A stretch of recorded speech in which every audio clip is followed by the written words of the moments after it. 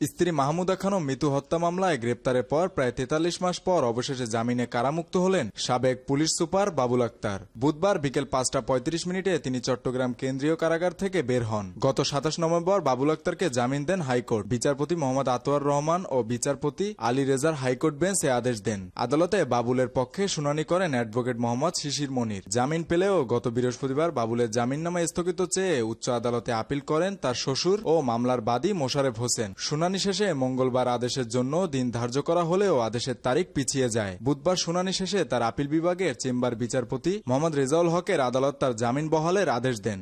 ২০১৬ সালের ৫ জুন নগরের জিইসি এলাকায় ছেলেকে স্কুলের বাসে তুলে দিতে গিয়ে নৃশংসভাবে খুন হন বাবুলের স্ত্রী মাহমুদা খানম মিতু।